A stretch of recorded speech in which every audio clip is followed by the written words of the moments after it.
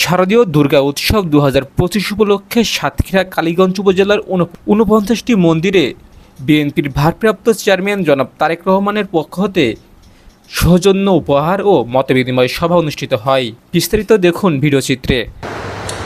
আজকে আমরা যে জন্য এখানে এসেছি, আজকে আমাদের আগামী রাষ্ট্রনায়ক জনাব তারেক রহমান সাহেবের নির্দেশনা অনুযায়ী এবং ইঞ্জিনিয়ার মুকুল সাহেবের সার্বিক ব্যবস্থাপনায় আজকে আপনার সাথে এই মত বিনিময় অনুষ্ঠান হচ্ছে এবং আমাদের তারেক রহমান সাহেবের পক্ষ থেকে আমরা সামান্যতম আপনাদের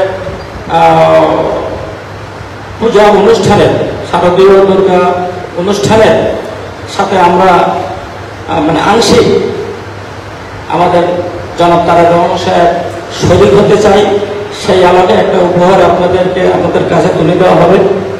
তো আমি বলবো, আমাদের কালীগঞ্জ উপজেলায় আমরা দীর্ঘদিন, আমরা ছোট থেকে আমরা আসলে যেমন ঈদ, আমরা মুসলমান ভাইরা যেমন ঈদ আনন্দ ঘনভাবে আমরা পালন করি, সাথে সাথে দুর্গা উৎসবও কিন্তু আমরা পালন করি। আমরা আপনাদের উপস্থিতি যতটা থাকে তার থেকে আমাদের এই মুসলমান ধর্মীয় মানুষরা কিন্তু কম থাকে না। এর জন্য আমি গর্ববোধ করি আমরা কালীগঞ্জ নিয়ে। এবং আমরা জানেন তো, আমরা আপনাদের আগে দীর্ঘদিন আমি চেয়ারম্যানই করেছি, সবের আগে তো আমি যেতে পারিনি। তবে আমার কুশলী ইউনিয়নে আমি যাই, কুশলী ইউনিয়নে যারা আছে তারাই জানে যে আমি তাদের সাথে খুব আনন্দ করি এবং খুব দেখভাল করি। কথা ঠিক না? যারা আছে কুশলী ইউনিয়নে। আর আমি একটা কথা বলবো, আজকে আমাদের ইঞ্জিনিয়ার মুকুল সাহেব অত্যন্ত একটা ভালো মানুষ। উনি একজন যুবক, উদীয়মান একজন নেতা। ওনাকে আমরা এইবারের মানুষ কেন দেখতাম না, এটা একটা প্রশ্ন। আসলে এই যে আমাদের সিট আগে একরকম ছিল, যার জন্য উনি ওই আশাসনী বিভাগা কালীগঞ্জ আংশিক একটি ইউনিয়নে উনি কাজ করেছেন এবং উনি অন্য নেতাদের তুলনায় অত্যন্ত গঠনমূলক কাজ উনি করেছেন।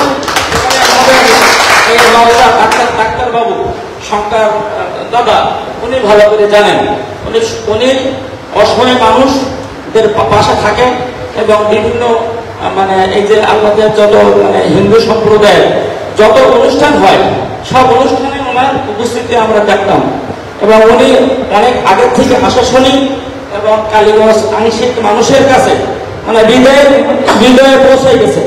এখন উনি যখন আমাদের কালীগঞ্জ শ্যামনগর আবার এক হয়ে গেছে, তখন কিন্তু উনি আমাদের কাছে আবার চলে এসছে। এই জন্য আজকে এই আপনাদের সাথে তার সম্পর্কে শুরু হলো। ইনশাল্লাহ আমি মনে করি আপনাদের সাথে ওনার খুব ভালো সম্পর্ক হবে ইনশাল্লাহ।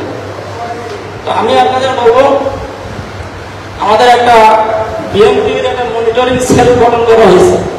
এই মনিটরিং সেলের মাধ্যমে যদি আপনাদের কোনো প্রয়োজন মনে করেন, অসুবিধা হবে না। কারণ নিতান্ত অনাকাঙ্ক্ষিত ঘটনা খুবই কম ঘটে না বললেই চলে। তারপরেও একটা আপনাদেরকে পাশে থাকার কথা বলে আপনাদেরকে সম্মানিত করি আমরা। আপনাদের কিন্তু আপনাদের সেটা দেওয়ার জন্য বলিনি, আপনাদের সম্মানিত করার জন্য কিন্তু আমরা এজন্য আপনার সসম্মানে এবং খুব অলম্বা সহকারে আপনাদের অনুষ্ঠান আপনারা পরিচালনা করবেন। আমরা আপনাদের সাথে আপনারা যে আনন্দ করবেন সেই আনন্দের সাথে আমরা ভাগাভাগি করে একইভাবে আমরা এবারে দুর্গা উৎসব আমরা সমাপ্ত করবো ইনশাল্লাহ। ঠাকুর আর এই যে আমি একটা কথা বলি, নিজের কথা একটা বলতে হয়, আমরা সবাই কিন্তু স্বার্থপর, যার যার জায়গা থেকে আমরা কিন্তু সবাই নিজের স্বার্থের দিকে তাকাই। যেহেতু আমি